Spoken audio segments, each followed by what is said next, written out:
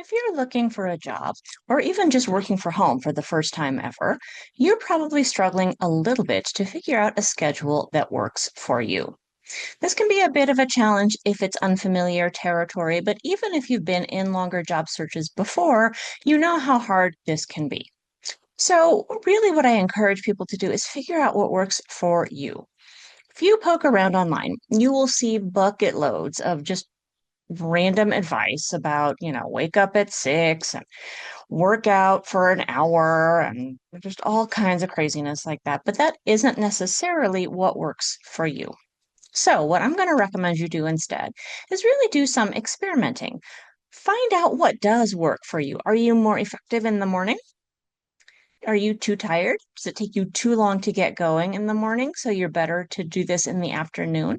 You'll figure out some patterns that work for you. But the other thing is, you might have specific days of the week that work better for you. And you might find that you work a little more effectively if you block time together or if you space it out. There are a lot of different options in terms of what works for you for all of this scheduling.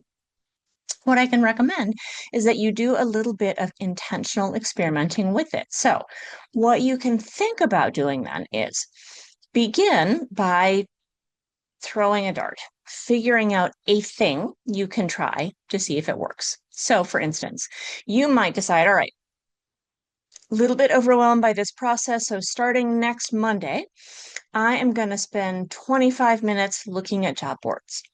I'm going to spend 15 minutes reviewing my resume, whatever it is, really break it down and see how that works for you.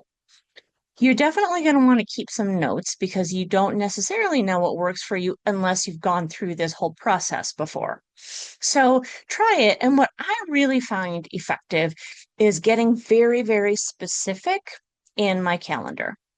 So instead of blocking off time where I put in something like job search, not effective, right? I really break it down task by task and I make a guess about how long each thing is likely to take me.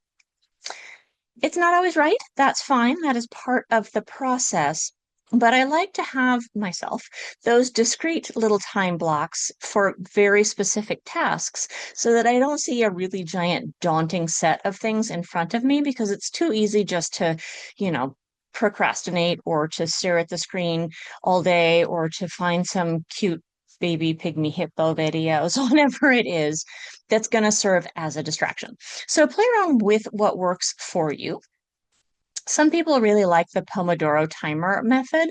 You can find that online if you want. If you're not familiar with it, it's just a timed task approach. I believe that is for 25 minutes, and you can find loads of free timers online. That could work for you, but it might not. I find that generally speaking, depending on the task, my sweet spot is a little bit more like 30, 35 minutes. Yours might be 15, it might be 45. We don't know until you experiment a little bit. Also, with the days of the week, try that out, see what does work for you.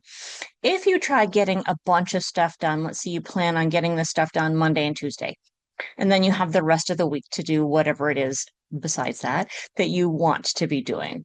That might work great for you. You get to sail through the rest of the week knowing you've done the things you set out for yourself. It also might not work for you. You might be more of a deadline prompted person. So if you've promised yourself you're going to do these things by Friday, you might find yourself doing them Friday afternoon. It's all good. It doesn't matter what works for you as long as you find the thing that works for you. So play around, experiment. I'm not going to tell you there is a correct way to do this because it's only a question of what is correct for you. Do try, though, to break it down into smaller, manageable goals initially because the process can be so overwhelming. I find it really nice to have shorter blocks of time after which I can take a little break. So, for instance, if I've decided I'm going to do something that's a little bit more of a heavy lift, update my LinkedIn profile. For instance, I don't just have a whole day where I say update LinkedIn profile. I take 15 minutes. I say, all right, during this time, I am going to look at my About Me section and see what I like about it. Do that.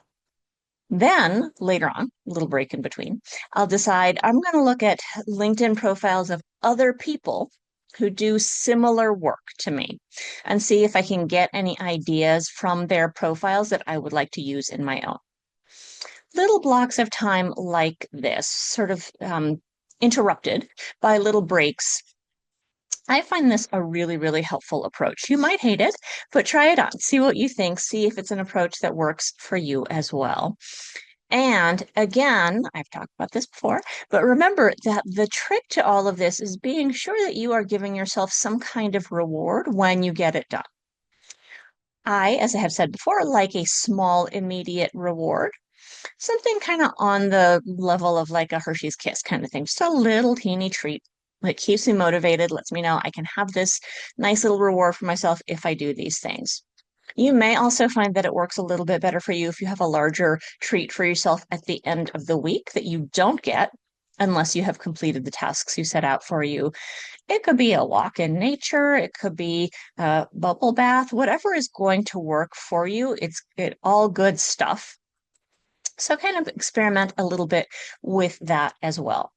The point is, I really think it's important to put this stuff into your calendar as very particular tasks.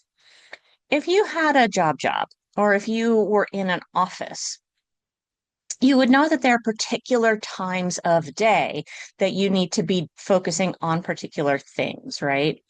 You get in the morning and it's time to start the coffee, answer some emails, check your voicemails, whatever it is, right?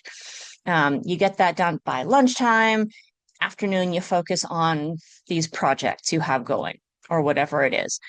And there's time intercut in there because people will stop by and say hello. You'll get up and have a coffee break. You'll have a snack, you'll have lunch, whatever it is. So this idea, I think, is pretty set in our head. So it's really helpful for us to think a little bit more concretely about how this is going to work in our lives now that we are no longer in that office setting. It's a lot more discouraging if you're seeking a job because we don't get the nice little motivation of a paycheck every couple of weeks, every week, whatever it is, every month. um, so it can feel like a bigger hill to climb, but it's the same process either way. And so instead of that paycheck that you're going to get at the end of whatever the time period is, you can think of smaller ways to give yourself that little treat to keep moving forward with it. This is the beauty of the small rewards, right? If you have a little thing that you do for yourself each time you complete a task, your motivation is just going to increase.